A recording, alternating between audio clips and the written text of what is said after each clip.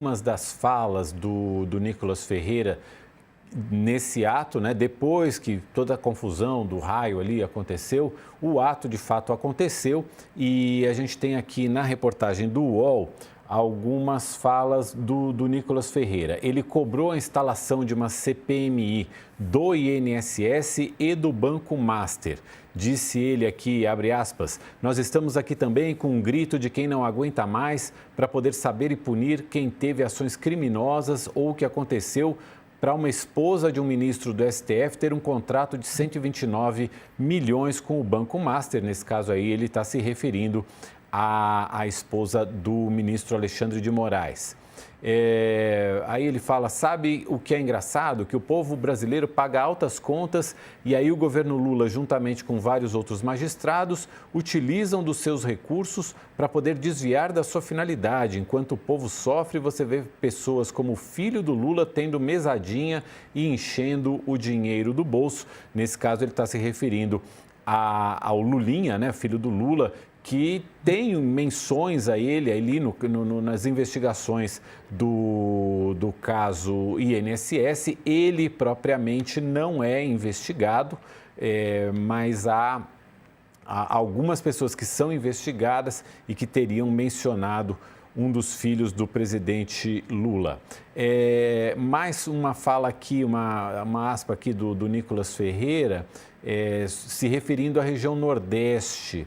Eu sei que chega na eleição, tem muita gente que guarda um sentimento contra o Norte, contra o Nordeste, mas posso falar uma coisa para vocês. Se o PT chegou lá e manipulou essas pessoas, é porque nós não conseguimos chegar nelas para levar a verdade. O Nordeste vai se ver livre e acordar.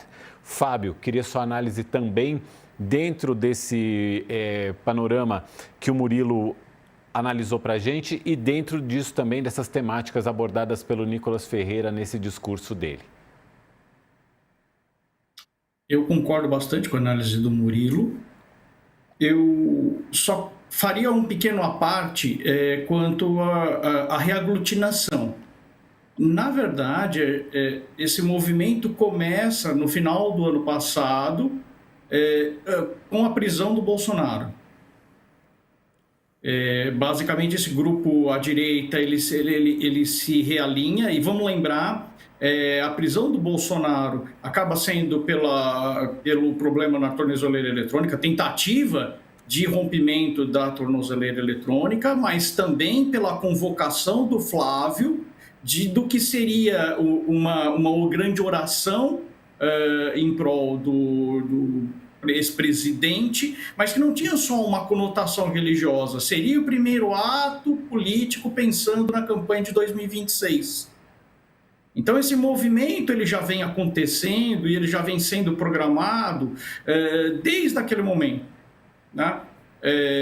Eu participei do programa do UOL no dia 7 de dezembro, que foi quando o Bolsonaro já estava preso e ele faz a indicação do Flávio. E eu lembro que, contra a análise do momento, eu me posiciono dizendo, está dado uma candidatura que representa o bolsonarismo e que é irreversível, ponto 1, e ponto 2, começaram as eleições de 2026.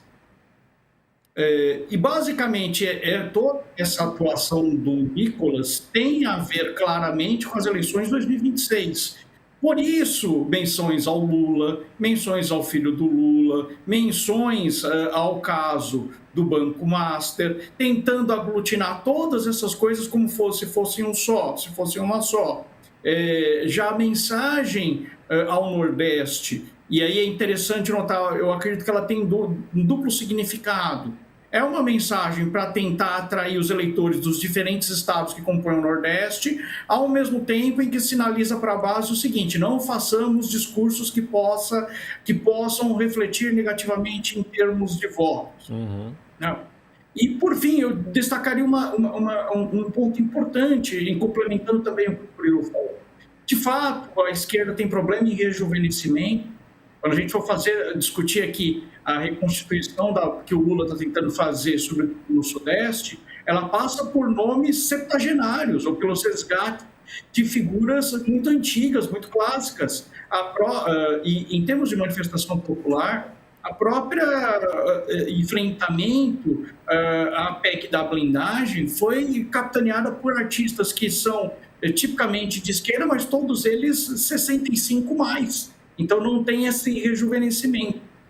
Parece que dentro da esquerda não só há uma dificuldade em se renovar os quadros, mas talvez até um respeito excessivo ao lulismo. Ao contrário do último fato que eu gostaria de destacar, que é o seguinte: o Nicolas ele não tem idade para disputar uma disputa, para entrar numa disputa eleitoral ao executivo, mas também com essa campanha que ele vem fazendo, e a despeito desse capítulo final um tanto quanto trágico, do ponto de vista da mobilização, foi muito bem sucedida. E todo esse processo é uma construção de um ator político novo, que pode se colocar muito bem pela idade como um herdeiro legítimo do bolsonarismo. Ah, Fábio, mas ele tem filhos, sim, mas se a gente parar para pensar nos filhos que já estão colocados na política, todos eles são bastante mais velhos do que o Nicolas. Então, o Nicolas ele coloca-se, a partir do momento que ele consegue participar desse momento da campanha de 2026, que já está ocorrendo. Ainda não chegamos em abril, mas já está ocorrendo. E ele não só catapulta a sua candidatura à reeleição como deputado federal, como também já vai se colocando como um possível herdeiro legítimo e fiel do núcleo bolsonarista.